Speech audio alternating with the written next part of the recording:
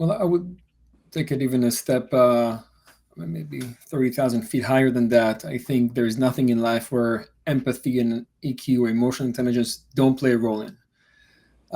I think the current trend of where AI is taking the world, if anything, will make it even more important, because as AI takes over, or as we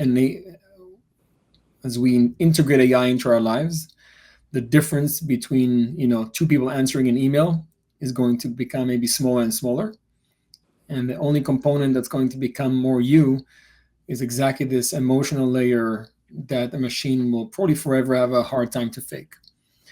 Now, when you invest in startups, you invest, sure, in a company, and without being too cliche, you really invest in the people in them, right? And it's hard. I mean, I think in the world of entrepreneurship, and I don't think it's unique to startups, when you are an entrepreneur who,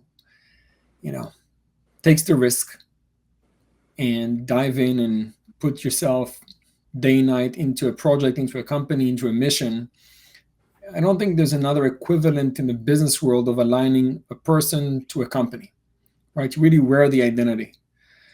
And so I think if there's a world in business where empathy is most important, and is when you deal with entrepreneurs. As far as I'm concerned, it could be SMB buyouts, when you buy a small business shop or a small cafe that someone put 30 years of their life in it. And it could be a unicorn or a startup in a pre-seed stage. The entrepreneurs behind them live and breathe the startup. And if you don't have this sensitivity, you should probably look for a different line of business.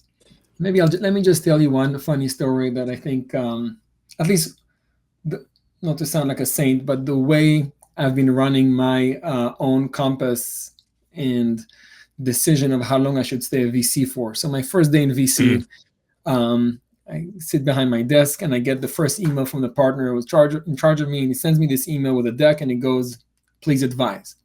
I've never seen a deck before. This is before the days of democratization of data and information about the world of VC. So I called the guy who was working with me in the same office, and I'm like, "Hey, dude, like, how do I look at this?"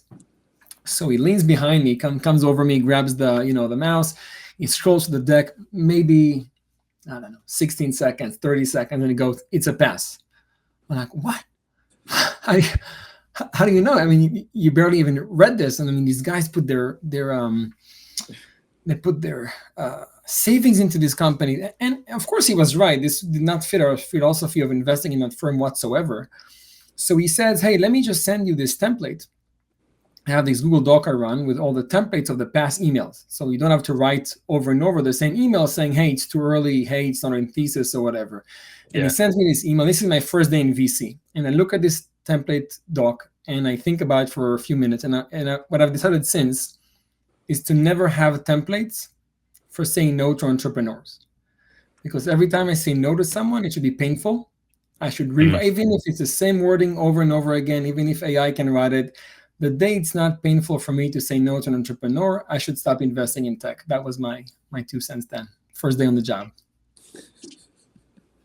Wow, what an answer. What an answer. I'm speechless.